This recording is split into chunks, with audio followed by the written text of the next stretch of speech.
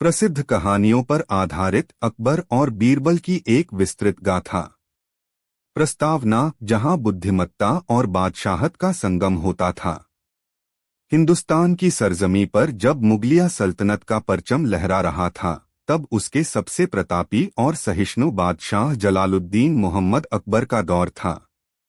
आगरा की भव्य राजधानी में यमुना के किनारे स्थित किले में लगने वाला उनका दरबार केवल शान शौकत और सैन्य शक्ति का ही केंद्र नहीं था, बल्कि कला, संस्कृति और ज्ञान का भी एक अद्भुत संगम था। बादशाह अकबर स्वयं ज्ञान के बहुत बड़े पारखी थे।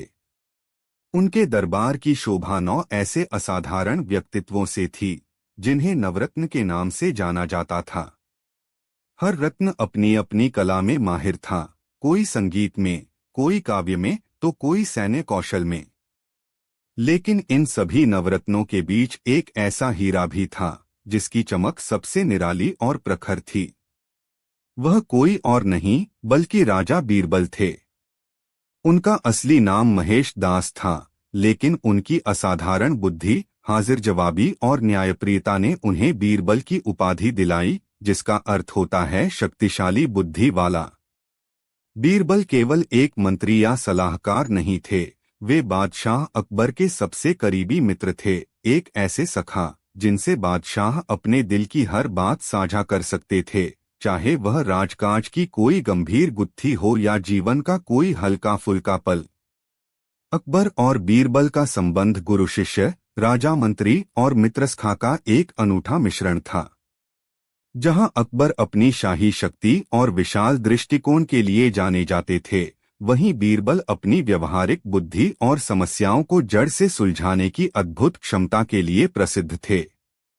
उनकी कहानियां केवल मनोरंजन का साधन नहीं, बल्कि जीवन के गहरे सबक, मानवीय मनोविज्ञान की समझ और न्याय के शाश्वत सिद्धांतों का खजाना है।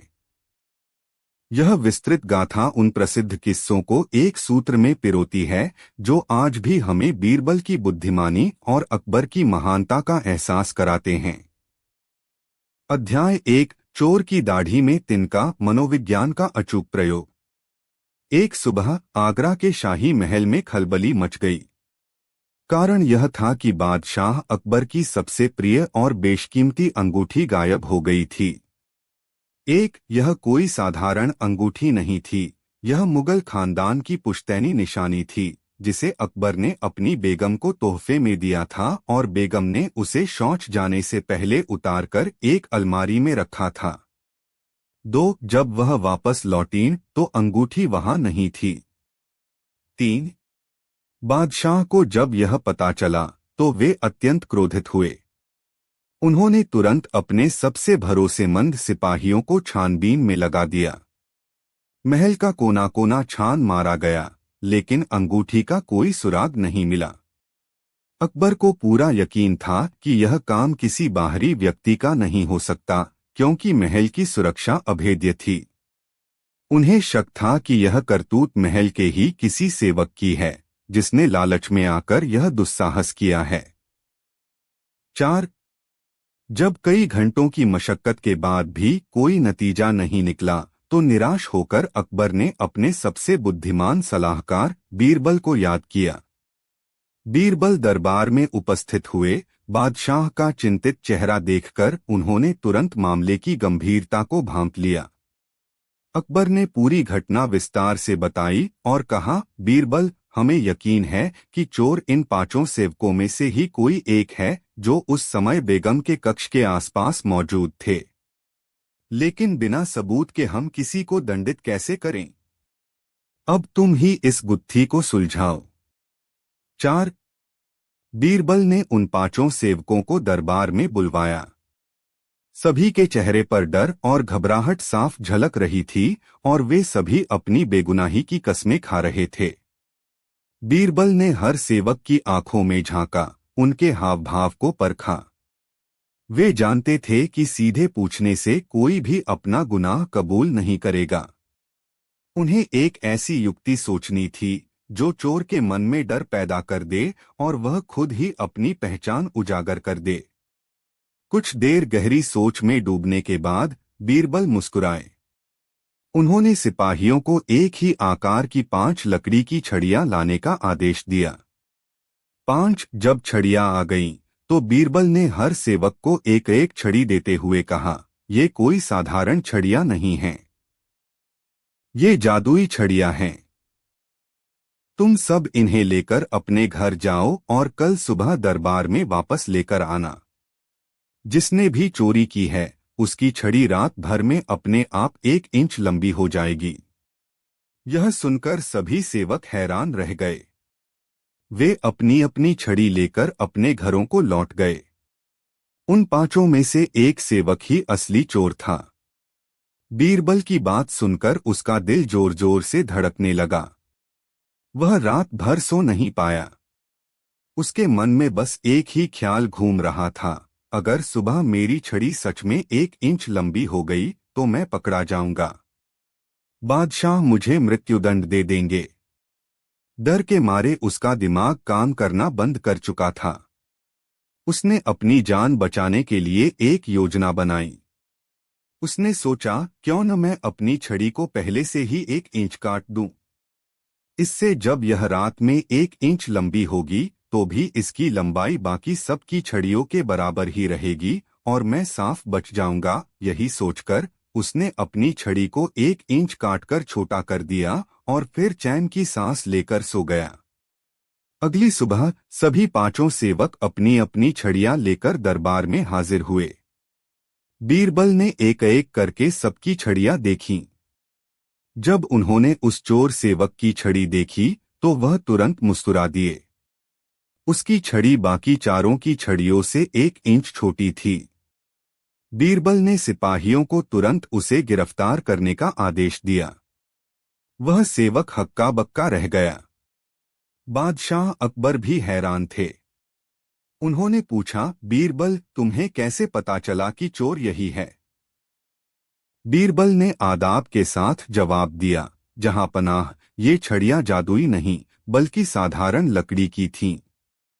लेकिन कहावत है कि चोर की दाढ़ी में तिनका होता है। इस सेवक के मन में चोरी का डर था। इसी डर ने इसे विश्वास दिला दिया कि छड़ी सच में लंबी हो जाएगी और पकड़े जाने के भय से इसने अपनी छड़ी को पहले ही 1 इंच छोटा कर दिया।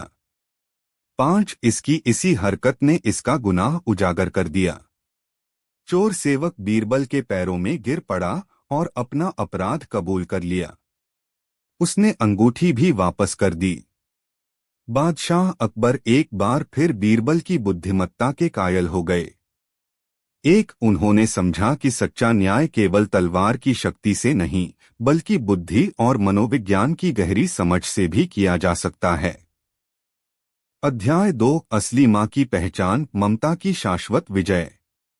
अकबर का दरबार न्याय के लिए प्रसिद्ध था, लेकिन एक दिन एक ऐसा मुकदमा आया जिसने बादशाह समेत सभी दरबारियों को उलझन में डाल दिया। 2 औरतें, राधा और गीता, एक छोटे से बच्चे के लिए लड़ती हुई दरबार में पहुंची। 7 दोनों का दावा था कि बच्चा उनका है और दूसरी औरत झूठी है। 8 पहली औरत राधा, जो आंसुओं से भीगी हुई थी, ने कहा, हुजूर, यह मेरा बेटा है। मैंने इसे 9 महीने अपनी कोख में पाला है। यह औरत मेरे पड़ोस में रहती है और कल जब मैं नदी पर पानी भरने गई थी तो इसने मेरे सोते हुए बच्चे को चुरा लिया। दूसरी औरत गीता, जो शांत मगर दृढ़ दिख रही थी, ने प्रतिवाद किया, नहीं जहांपनाह, यह सरासर झूठ बोल रही है। बच्चा मेरा है। इसका खुद का बच्चा जन्म के समय ही मर गया था और अब यह मेरे बच्चे को अपना बताकर मुझसे छीनना चाहती है।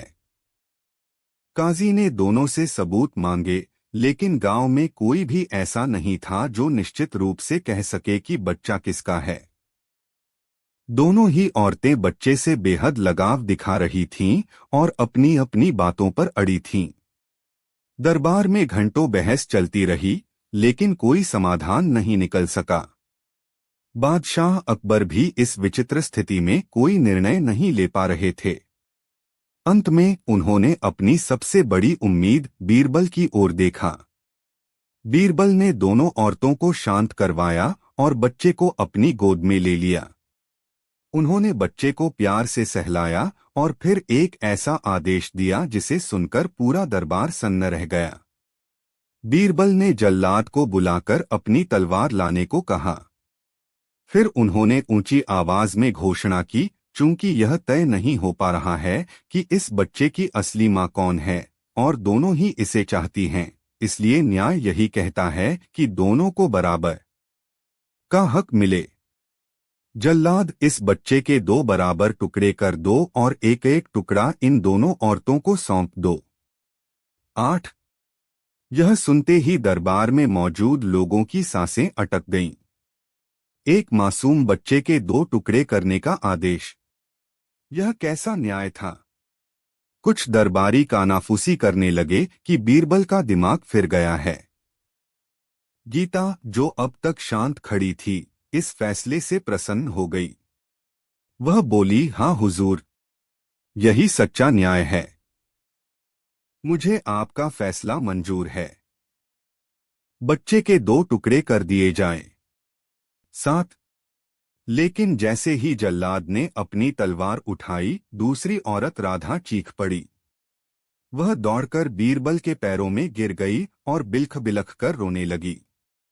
उसने हाथ जोड़कर कहा, नहीं हुजूर, ऐसा घोर अनर्थ मत कीजिए। मुझ पर रहम कीजिए। बच्चा भले ही गीता को दे दीजिए, मैं अपना दावा वापस लेती हूँ। बस मेरे बच्चे को जीवित रहने दीजिए। मैं उसे मरते हुए नहीं देख सकती। 7। बीरबल के चेहरे पर एक गहरी मुस्कान तैर गई। उन्होंने जल्लाद को रुकने का इशारा किया। असली मां की पहचान हो चुकी थी।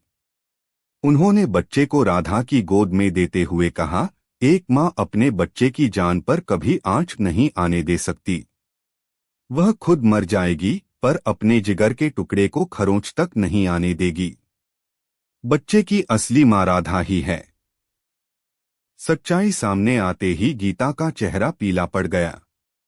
उसने अपना अपराध स्वीकार कर लिया कि उसने राधा के बच्चे को चुराया था। बादशाह अकबर ने बीरबल की इस अद्भुत सूझबूझ की भूरी भूरी प्रशंसा की। 7। उन्होंने न केवल एक उलझे हुए मुकदमे को सुलझाया था, बल्कि यह भी साबित कर दिया था कि कानून और सबूतों से कहीं बढ़कर मां की ममता होती है, जिसे केवल एक सच्चा पारखी ही पहचान सकता है। अध्याय 3, कुएं का न्याय। जब पानी बिका, कुआं नहीं। गर्मी के दिन थे और आगरा की प्रजा पानी की किल्लत से जूझ रही थी। शहर के बाहरी इलाके में रहने वाले एक गरीब किसान भोला ने अपनी सालों की मेहनत की कमाई से अपनी जमीन पर एक कुआं खुदवाया। जब कुएं से मीठा और ठंडा पानी निकला तो भोला और उसके परिवार की खुशी का ठिकाना न रहा। लेकिन उसकी यह खुशी ज्यादा दिन तक नहीं टिकी। उसके पड़ोस में एक चालाक और लालची सेठ रहता था, जिसका नाम था चतुरदास। जब चतुरदास ने देखा कि भोला के कुएं में लबालब पानी है तो उसके मन में बेईमानी आ गई। उसने भोला से कहा, यह कुआं मेरी जमीन पर है, इसलिए इस पर मेरा हक है। भोला ने गिड़गिड़ाते हुए कहा, सेठ जी, यह जमीन तो मैंने कई साल पहले आपसे ही खरीदी थी। चतुरदास ने धूर्तता से जवाब दिया, मैंने तुम्हें सिर्फ जमीन बेची थी, जमीन के नीचे का पानी नहीं। कुआं भले ही तुम्हारा हो, लेकिन उसमें जो पानी है वह मेरा है। 9। अगर तुम्हें पानी चाहिए तो तुम्हें मुझसे पानी खरीदना होगा। बेचारा भोला यह सुनकर सन्न रह गया। मामला पंचायत तक पहुंचा, लेकिन चतुरदास ने सबको अपनी बातों के जाल में फंसा लिया।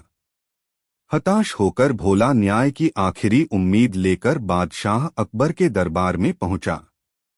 9। अकबर ने पूरी कहानी सुनी और चतुरदास को दरबार में तलब किया। चतुरदास ने बादशाह के सामने भी वही तर्क दोहराया, जहां पनाह, मैंने केवल कुआं बेचा था, पानी नहीं। पानी पर मेरा अधिकार है। 10। बादशाह भी इस अजीब तर्क से दुविधा में पड़ गए। उन्हें लगा कि बात तो पते की है, लेकिन यह सरासर अन्याय भी है। उन्होंने इस मामले को सुलझाने का जिम्मा बीरबल को सौंप दिया। बीरबल ने दोनों की बातें ध्यान से सुनी। फिर वे चतुरदास की ओर मुड़कर बोले, सेठ जी, आपका तर्क बिल्कुल सही है। कुआं भोला का है और पानी आपका, इसमें कोई शक नहीं। यह सुनकर चतुरदास की आंखें चमक उठीं। वह मन ही मन अपनी चालाकी पर इतराने लगा। लेकिन बीरबल ने अपनी बात आगे बढ़ाई, तो सेठ जी, अब आप तुरंत भोला के कुएं से अपना सारा पानी निकाल लीजिए। चूंकि कुआं भोला का है, आप उसमें अपना पानी मुफ्त में नहीं रख सकते। अगर आप आज शाम तक अपना पानी नहीं निकालते हैं तो आपको भोला को किराया देना होगा, क्योंकि आप उसका कुआं अपने पानी को रखने के लिए इस्तेमाल कर रहे हैं। यह सुनते ही चतुरदास के पैरों तले जमीन खिसक गई। उसके चेहरे का रंग उड़ गया। कुएं से सारा पानी निकालना असंभव था और किराया देना उसकी कल्पना से भी परे था। उसे समझ आ गया कि उसकी चालाकी उसी पर भारी पड़ गई है। वह तुरंत बीरबल के कदमों में गिर गया, अपनी गलती मानी और भोला से माफी मांगी। उसने स्वीकार किया कि कुआं और पानी दोनों पर भोला का ही हक है। बादशाह अकबर बीरबल के इस अनोखे और सटीक न्याय से अत्यंत प्रसन्न हुए। उन्होंने भोला को उसका कुआं वापस दिलवाया और चतुरदास को उसकी धूर्तता के लिए दंडित किया। इस घटना ने एक बार फिर साबित कर दिया कि बीरबल की बुद्धि के आगे बड़े बड़े चालाक भी पानी भरते थे। अध्याय 4, आगरा में कितने कौवे हैं? एक असंभव प्रश्न का हाजिर जवाब। बादशाह अकबर को अक्सर बीरबल की परीक्षा लेने में आनंद आता था।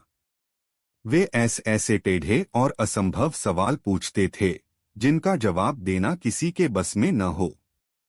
एक दिन वे बीरबल के साथ महल के बगीचे में टहल रहे थे। 11 आसमान में कौवों का एक झुंड उड़ता हुआ गुजरा। उसे देखकर अकबर के मन में शरारत सूझी। उन्होंने बीरबल से पूछा, बीरबल, क्या तुम बता सकते हो कि हमारी राजधानी आगरा में कुल कितने कौवे हैं?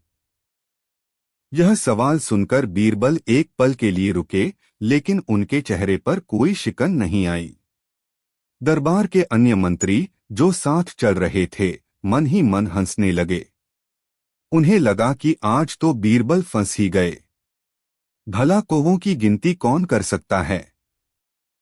बीरबल ने बड़ी सहजता से जवाब दिया, जी जहांपनाह, बिल्कुल बता सकता हूं। हमारे शहर में ठीक 99,999 कौवे हैं। अकबर हैरान रह गए। उन्होंने कहा, तुम इतने यकीन से कैसे कह सकते हो? अगर गिनती में कौवे ज्यादा निकले तो? बीरबल ने मुस्कुराते हुए उत्तर दिया, जहांपनाह, अगर कौवे ज्यादा निकले तो इसका मतलब है कि आगरा में रहने वाले कौवों के कुछ रिश्तेदार दूसरे शहरों से उनसे मिलने आए हुए हैं। अकबर ने फिर पूछा, और अगर कम निकले तो? बीरबल ने उसी सहजता से जवाब दिया, और अगर कौवे कम निकले तो इसका मतलब है कि हमारे शहर के कुछ कौवे अपने रिश्तेदारों से मिलने दूसरे शहरों में गए हुए हैं। बीरबल का यह चतुराई भरा और हाजिर जवाबी जवाब सुनकर बादशाह अकबर अपनी हंसी नहीं रोक पाए। वे समझ गए कि बीरबल को किसी भी सवाल से निरुत्तर करना असंभव है। बीरबल ने एक बार फिर साबित कर दिया कि बुद्धि का अर्थ केवल ज्ञान होना नहीं, बल्कि किसी भी परिस्थिति में अपनी तर्कशक्ति और हाजिर जवाबी का प्रयोग करना है। उपसंहार, एक अमर विरासत। अकबर और बीरबल की ये कहानियां केवल किस्से कहानियां नहीं हैं, बल्कि वे एक ऐसे सुनहरे दौर का प्रतिबिंब हैं जहां शक्ति और बुद्धि का सम्मान होता था, जहां एक बादशाह अपने सलाहकार के ज्ञान को महत्व देता था और एक सलाहकार अपनी निष्ठा और बुद्धिमानी से सल्तनत की सेवा करता था। बीरबल की बुद्धिमानी, न्यायप्रियता और हाजिर जवाबी ने उन्हें इतिहास में अमर बना दिया। 12 उनकी कहानियां हमें सिखाती हैं कि कोई भी समस्या इतनी बड़ी नहीं होती जिसे बुद्धि और शांति से हल न किया जा सके। वे हमें सिखाती हैं कि सच्चा न्याय केवल नियमों और कानूनों में नहीं, बल्कि मानवीय संवेदनाओं और मनोविज्ञान की समझ में भी निहित है। 13 आज सदियां बीत जाने के बाद भी अकबर और बीरबल की जोड़ी भारतीय लोककथाओं का एक अभिन्न अंग है, जो पीढ़ी दर पीढ़ी बच्चों को मनोरंजन के साथ साथ जीवन के महत्वपूर्ण सबक सिखाती आ रही है। 14 उनकी विरासत हमें यह याद दिलाती है कि बुद्धि ही सबसे बड़ा हथियार है और न्याय ही सबसे बड़ा धर्म। बीरबल का न्यायप्रिय स्वभाव, अकबर और बीरबल की कहानियों के माध्यम से एक विस्तृत वर्णन। मुगलिया सल्तनत के महान बादशाह जलालुद्दीन मोहम्मद अकबर का दरबार अपनी शान शौकत और बुद्धिमत्ता के लिए पूरे हिंदुस्तान में मशहूर था। अकबर के दरबार में नवरत्न थे, जो अपने अपने क्षेत्र के महारथी थे। लेकिन इन सब में जो अपनी हाजिर जवाबी, बुद्धिमत्ता और न्यायप्रियता के लिए सबसे अधिक जाने जाते थे, वे थे बीरबल। बीरबल, जिनका असली नाम महेश दास था, अपनी चतुराई और न्याय करने की अद्भुत क्षमता के कारण न केवल बादशाह अकबर के प्रिय थे, बल्कि आम जनता के दिलों में भी बसते थे। उनकी न्यायप्रियता के किस्से आज भी लोगों की जुबान पर हैं। यह कहानी बीरबल के इसी न्यायप्रिय स्वभाव के कुछ अनछुए पहलुओं को उजागर करती है। अध्याय 1 तेल का कुआं और एक चालाक पड़ोसी। दिल्ली की चिलचिलाती गर्मी का समय था। सूरज आग उगल रहा था और धरती तवे की तरह तप रही थी। ऐसे में शहर के एक कोने में रहने वाले एक गरीब किसान रामदीन ने अपनी जीवन भर की जमा पूंजी लगाकर एक कुआं खुदवाया। कुआं खुदते ही उसमें से मीठा और ठंडा पानी निकल आया। रामदीन और उसका परिवार खुशी से झूम उठा। अब उन्हें पानी के लिए मीलों दूर नहीं जाना पड़ेगा। लेकिन उनकी यह खुशी ज्यादा दिन नहीं टिक सकी। रामदीन के बगल में एक चालाक और लालची सेठ जमनादास रहता था। उसने जब देखा कि रामदीन के कुएं में भरपूर पानी है, तो उसके मन में लालच आ गया। वह रामदीन के पास पहुंचा और बोला, भाई रामदीन, तुमने कुआं तो खुदवा लिया, लेकिन यह जमीन तो मेरी है, इसलिए इस कुएं पर मेरा हक है। रामदीन यह सुनकर सन्न रह गया। उसने कहा, सेठ जी, यह आप क्या कह रहे हैं? यह जमीन मैंने आपसे ही तो खरीदी थी और कुआं भी मैंने अपनी मेहनत की कमाई से खुदवाया है। जमनादास ने धूर्तता से कहा, मैंने तुम्हें सिर्फ जमीन बेची थी, जमीन के नीचे का पानी नहीं, इसलिए कुएं का पानी मेरा है। यह सुनकर रामदीन के पैरों तले जमीन खिसक गई। बेचारा गरीब किसान अब क्या करता? उसने बहुत मिन्नतें कीं, लेकिन जमनादास अपनी बात पर अड़ा रहा। मामला पंचायत में गया, लेकिन जमनादास ने अपने धन के बल पर पंचायत को भी अपनी तरफ कर लिया। हताश और निराश होकर रामदीन ने बादशाह अकबर के दरबार में न्याय की गुहार लगाने का फैसला किया। अगले दिन रामदीन फटे पुराने कपड़ों में, आंखों में आंसू लिए बादशाह अकबर के दरबार में उपस्थित हुआ। उसने अपनी पूरी व्यथा बादशाह के सामने कह सुनाई। बादशाह अकबर को उसकी कहानी सुनकर बड़ा क्रोध आया, लेकिन वे जानते थे कि इस मामले का फैसला बिना किसी ठोस सबूत के नहीं हो सकता। उन्होंने यह मामला अपने सबसे भरोसेमंद और बुद्धिमान मंत्री बीरबल को सौंप दिया। बीरबल ने रामदीन और जमनादास दोनों को दरबार में बुलाया। उन्होंने दोनों की दलीलें सुनी।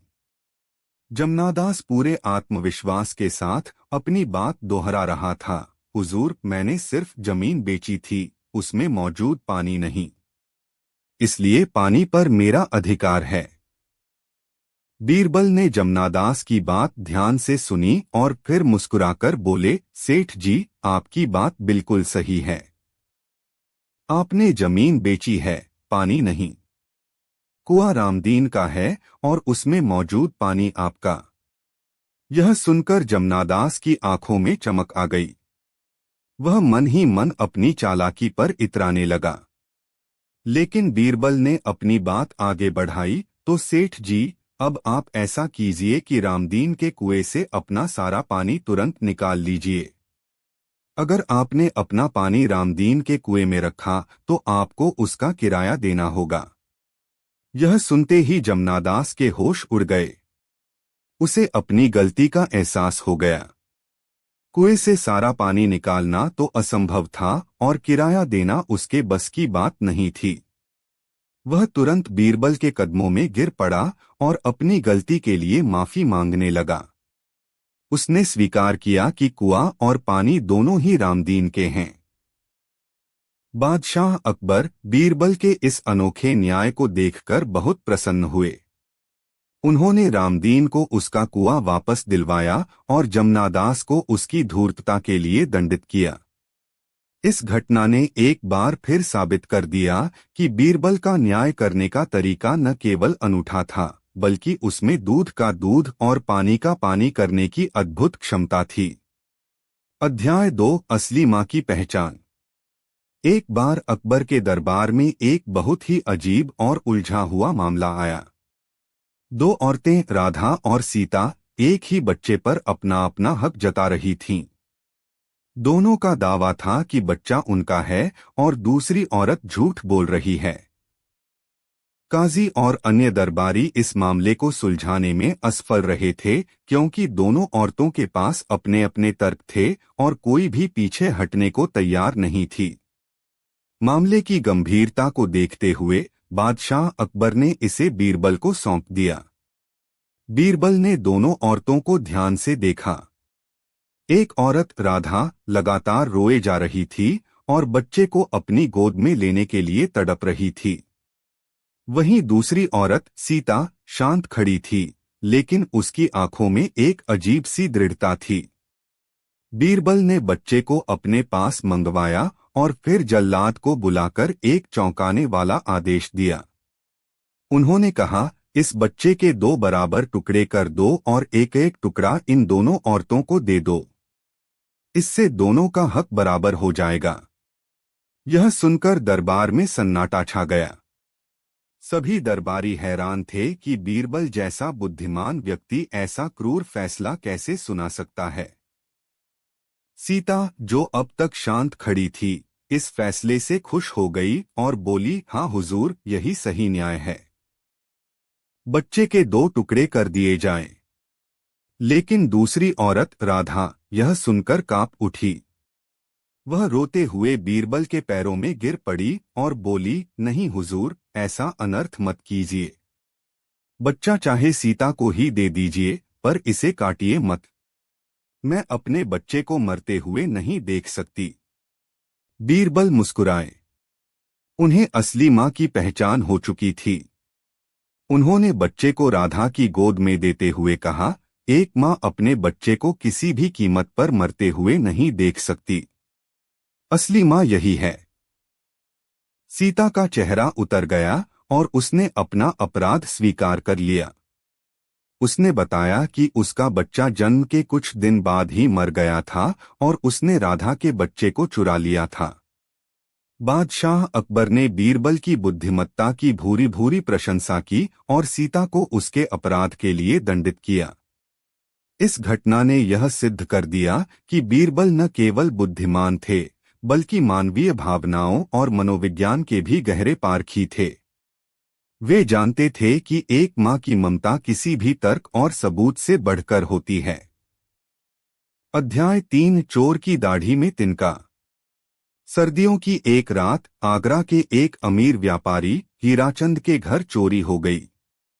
चोर ने कीमती हीरे जवाहरात और सोने के सिक्कों पर हाथ साफ कर दिया था। हीराचंद ने बहुत खोजबीन की, लेकिन चोर का कुछ पता नहीं चला। उसे शक था कि चोरी उसके किसी नौकर ने ही की है, क्योंकि चोर को घर के चप्पे चप्पे की जानकारी थी। परेशान होकर हीराचंद बादशाह अकबर के दरबार में पहुंचा और न्याय की गुहार लगाई। बादशाह ने यह मामला भी बीरबल को सौंप दिया। बीरबल ने हीराचंद के सभी नौकरों को दरबार में बुलवाया। सभी नौकर अपनी बेगुनाही की कस्में खा रहे थे। बीरबल ने कुछ देर सोचा और फिर कुछ लकड़ी की छड़ियां मंगवाईं। उन्होंने सभी नौकरों को एक एक छड़ी दी और कहा, ये जादुई छड़ियां हैं। तुम सब इन्हें अपने अपने घर ले जाओ और कल सुबह वापस दरबार में लेकर आना। जिसने भी चोरी की होगी उसकी छड़ी रात भर में 1 इंच लंबी हो जाएगी। सभी नौकर अपनी अपनी छड़ियां लेकर घर चले गए। उनमें से एक नौकर, जिसका नाम कालू था, वही असली चोर था। उसे बीरबल की बात सुनकर बहुत डर लगा। उसने सोचा कि अगर उसकी छड़ी सच में 1 इंच लंबी हो गई तो वह पकड़ा जाएगा। इस डर से कालू ने एक होशियारी की। उसने सोचा कि क्यों न मैं अपनी छड़ी को पहले से ही 1 इंच छोटा कर दूं, ताकि जब वह रात में 1 इंच लंबी हो तो उसकी लंबाई बाकी सब छड़ियों के बराबर ही रहे। यही सोचकर उसने अपनी छड़ी को 1 इंच काट दिया।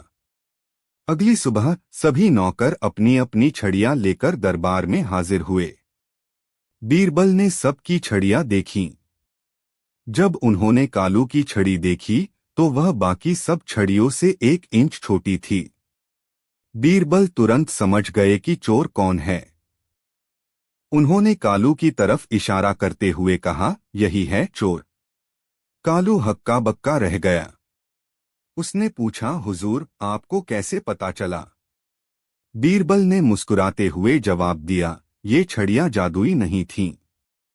लेकिन तुम्हारे मन में चोर था, इसलिए तुम्हें डर लगा कि तुम्हारी छड़ी लंबी हो जाएगी। इसी डर से तुमने उसे 1 इंच छोटा कर दिया। तुम्हारी यही हरकत तुम्हारी चोरी का सबूत है। कालू ने अपना गुनाह कबूल कर लिया और चोरी का सारा सामान भी बरामद हो गया। बादशाह अकबर और सभी दरबारी एक बार फिर बीरबल की बुद्धिमत्ता और न्याय करने के अनोखे तरीके के कायल हो गए। इस घटना से यह कहावत मशहूर हो गई, चोर की दाढ़ी में तिनका। उपसंहार। बीरबल के न्यायप्रिय स्वभाव के ये कुछ ही उदाहरण हैं। उनका जीवन ऐसी अनगिनत घटनाओं से भरा पड़ा है, जहां उन्होंने अपनी बुद्धि और विवेक से बड़े से बड़े और उलझे से उलझे मामलों को सुलझाया। वे केवल एक मंत्री नहीं थे, बल्कि एक सच्चे न्यायदाता थे, जिनकी नज़र में अमीर गरीब ऊंच नीच का कोई भेद नहीं था। वे सत्य और न्याय के पक्षधर थे और इसके लिए वे किसी भी हद तक जा सकते थे। बीरबल की कहानियां आज भी उतनी ही प्रासंगिक हैं जितनी वे सदियों पहले थीं। वे हमें सिखाती हैं कि सच्ची बुद्धिमत्ता केवल किताबी ज्ञान में नहीं, बल्कि मानवीय व्यवहार की समझ, तर्कशीलता और निष्पक्षता में निहित है। बीरबल का न्यायप्रिय स्वभाव और उनकी बुद्धिमत्ता की विरासत आज भी हमें प्रेरित करती है और यह याद दिलाती है कि न्याय का मार्ग चाहे कितना भी कठिन क्यों न हो, सत्य की हमेशा जीत होती है। बीरबल की खिचड़ी बुद्धिमत्ता की एक अनूठी कहानी। भूमिका। हिंदुस्तान पर मुगल सल्तनत का परचम लहरा रहा था और आगरा शहर सत्ता का केंद्र था। एक यमुना नदी के किनारे बसा यह शहर अपनी भव्यता और रौनक के लिए पूरी दुनिया में मशहूर था।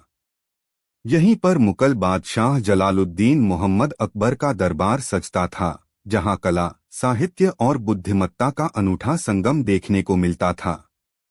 अकबर, जो स्वयं अनपढ़ होते हुए भी ज्ञानियों और कलाकारों के बड़े प्रशंसक थे, उन्होंने अपने दरबार में 9 ऐसे असाधारण लोगों को जगह दी थी, जिन्हें नवरत्न के नाम से जाना जाता था। 2 इन नवरत्नों में से एक थे राजा बीरबल, जो अपनी हाजिर जवाबी, बुद्धिमानी और न्यायप्रियता के लिए पूरे हिंदुस्तान में प्रसिद्ध थे। 3 बादशाह अकबर और बीरबल का रिश्ता सिर्फ एक शासक और सलाहकार का नहीं था, बल्कि वे गहरे दोस्त भी थे। अकबर अक्सर बीरबल की बुद्धि की परीक्षा लेने के लिए अजीबोगरीब सवाल और पहेलियां पूछते रहते थे, और हर बार बीरबल अपनी चतुराई से बादशाह को निरुत्तर कर देते थे। 4 बीरबल की खिचड़ी की यह कहानी उनकी इसी अनूठी बुद्धिमत्ता और न्यायप्रियता का एक अमर उदाहरण है। कहानी का आरंभ एक सर्द रात और एक असंभव शर्त। सर्दियों के दिन थे और आगरा में कड़ाके की ठंड पड़ रही थी। 5 एक शाम बादशाह अकबर और बीरबल शाही बाग में टहल रहे थे। बातों बातों में अकबर ने कहा, बीरबल, इस साल ठंड कुछ ज्यादा ही है। हमें तो महल में हर तरह की सुविधा है, लेकिन हमारी प्रजा इस ठंड का सामना कैसे करती होगी। बीरबल ने विनम्रता से उत्तर दिया, जहां पनाह, प्रजा को तो हर मौसम की आदत हो जाती है। वे हर हाल में खुश रहना जानते हैं। 5 अकबर को बीरबल की इस बात पर यकीन नहीं हुआ। उन्होंने कहा, हमें नहीं लगता कि कोई भी इंसान पैसों के लिए अपनी जान जोखिम में डालेगा और इस बर्फीली ठंड में पूरी रात नदी के पानी में खड़ा रहेगा।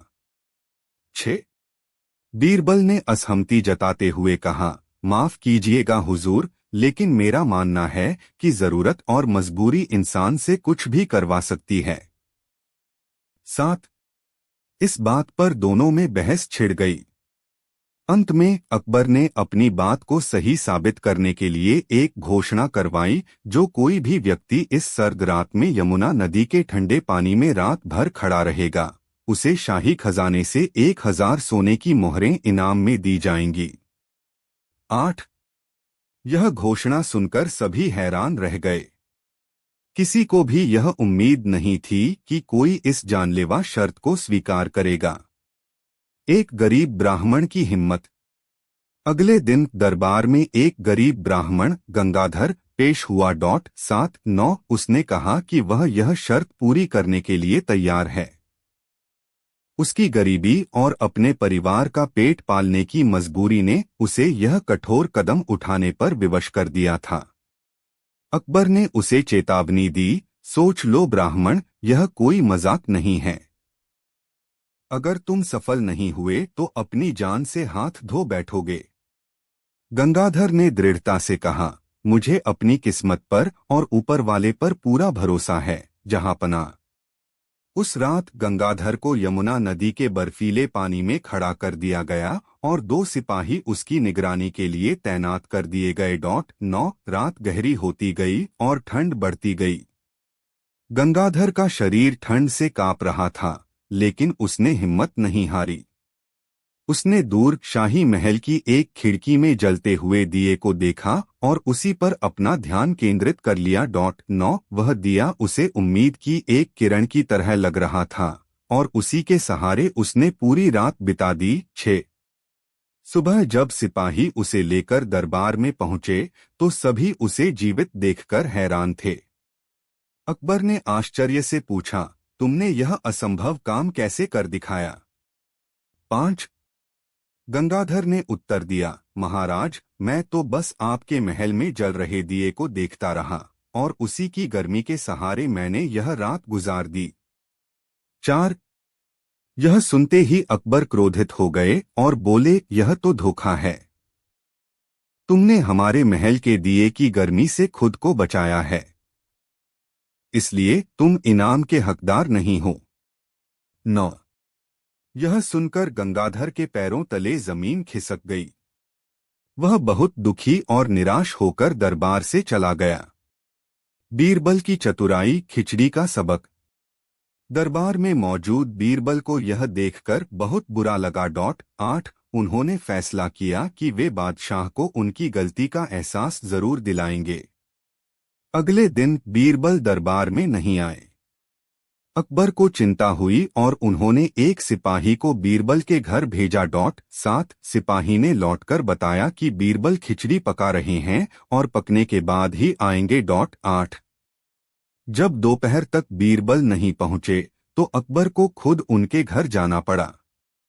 वहां पहुंचकर उन्होंने जो देखा वह बहुत ही अजीब था। एक बहुत ऊंचे बांस के सिरे पर एक लटकी हुई थी और जमीन पर कुछ लकड़ियां जल रही थीं, जिनकी आंच तक पहुंच ही नहीं रही थी। बीरबल आराम से पास में एक चारपाई पर लेटे हुए थे। 8 अकबर ने गुस्से से पूछा, बीरबल, यह क्या तमाशा है? क्या ऐसे भी कभी खिचड़ी पक सकती है? 8 बीरबल ने बड़ी सहजता से उत्तर दिया, क्यों नहीं, जहांपना। अगर एक गरीब ब्राह्मण महल के दूर जलते दिए की गर्मी से पूरी रात गुजार सकता है तो मेरी यह खिचड़ी क्यों नहीं पक सकती। 4।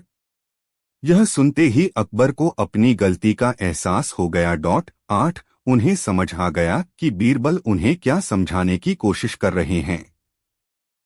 उन्होंने तुरंत उस गरीब ब्राह्मण को बुलवाया, उससे माफी मांगी और उसे इनाम की मोहरें भेंट की। 4-10 निष्कर्ष।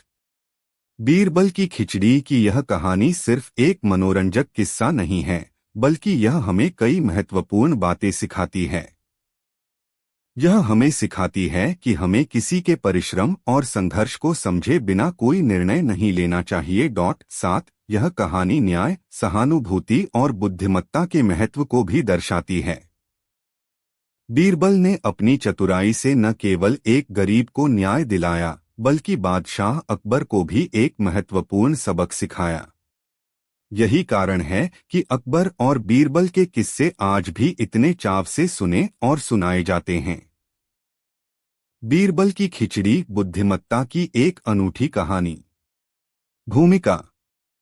हिंदुस्तान पर मुगल सल्तनत का परचम लहरा रहा था और आगरा शहर सत्ता का केंद्र था। 1 यमुना नदी के किनारे बसा यह शहर अपनी भव्यता और रौनक के लिए पूरी दुनिया में मशहूर था। यहीं पर मुगल बादशाह जलालुद्दीन मोहम्मद अकबर का दरबार सजता था, जहां कला, साहित्य और बुद्धिमत्ता का अनूठा संगम देखने को मिलता था। अकबर, जो स्वयं अनपढ़ होते हुए भी ज्ञानियों और कलाकारों के बड़े प्रशंसक थे, उन्होंने अपने दरबार में 9 ऐसे असाधारण लोगों को जगह दी थी, जिन्हें नवरत्न के नाम से जाना जाता था। 2 इन नवरत्नों में से एक थे राजा बीरबल, जो अपनी हाजिर जवाबी, बुद्धिमानी और न्यायप्रियता के लिए पूरे हिंदुस्तान में प्रसिद्ध थे। 3 बादशाह अकबर और बीरबल का रिश्ता सिर्फ एक शासक और सलाहकार का नहीं था, बल्कि वे गहरे दोस्त भी थे। अकबर अक्सर बीरबल की बुद्धि की परीक्षा लेने के लिए अजीबोगरीब सवाल और पहेलियां पूछते रहते थे, और हर बार बीरबल अपनी चतुराई से बादशाह को निरुत्तर कर देते थे। 4 बीरबल की खिचड़ी की यह कहानी उनकी इसी अनूठी बुद्धिमत्ता और न्यायप्रियता का एक अमर उदाहरण है। कहानी का आरंभ एक सर्द रात और एक असंभव शर्त। सर्दियों के दिन थे और आगरा में कड़ाके की ठंड पड़ रही थी। 5 एक शाम बादशाह अकबर और बीरबल शाही बाग में टहल रहे थे। बातों बातों में अकबर ने कहा, बीरबल, इस साल ठंड कुछ ज्यादा ही है। हमें तो महल में हर तरह की सुविधा है, लेकिन हमारी प्रजा इस ठंड का सामना कैसे करती होगी। बीरबल ने विनम्रता से उत्तर दिया, जहां पनाह प्रजा को तो हर मौसम की आदत हो जाती है। वे हर हाल में खुश रहना जानते हैं। 5 अकबर को बीरबल की इस बात पर यकीन नहीं हुआ। उन्होंने कहा, हमें नहीं लगता कि कोई भी इंसान पैसों के लिए अपनी जान जोखिम में डालेगा और इस बर्फीली ठंड में पूरी रात नदी के पानी में खड़ा रहेगा। 6 बीरबल ने असहमति जताते हुए कहा, माफ कीजिएगा हुजूर, लेकिन मेरा मानना है कि जरूरत और मजबूरी इंसान से कुछ भी करवा सकती है। 7 इस बात पर दोनों में बहस छिड़ गई। अंत में अकबर ने अपनी बात को सही साबित करने के लिए एक घोषणा करवाई, जो कोई भी व्यक्ति इस सर्द रात में यमुना नदी के ठंडे पानी में रात भर खड़ा रहेगा, उसे शाही खजाने से 1000 सोने की मोहरें इनाम में दी जाएंगी। 8 यह घोषणा सुनकर सभी हैरान रह गए। किसी को भी यह उम्मीद नहीं थी कि कोई इस जानलेवा शर्त को स्वीकार करेगा। एक गरीब ब्राह्मण की हिम्मत। अगले दिन दरबार में एक गरीब ब्राह्मण गंगाधर पेश हुआ। 7-9 उसने कहा कि वह यह शर्त पूरी करने के लिए तैयार है। उसकी गरीबी और अपने परिवार का पेट पालने की मजबूरी ने उसे यह कठोर कदम उठाने पर विवश कर दिया था।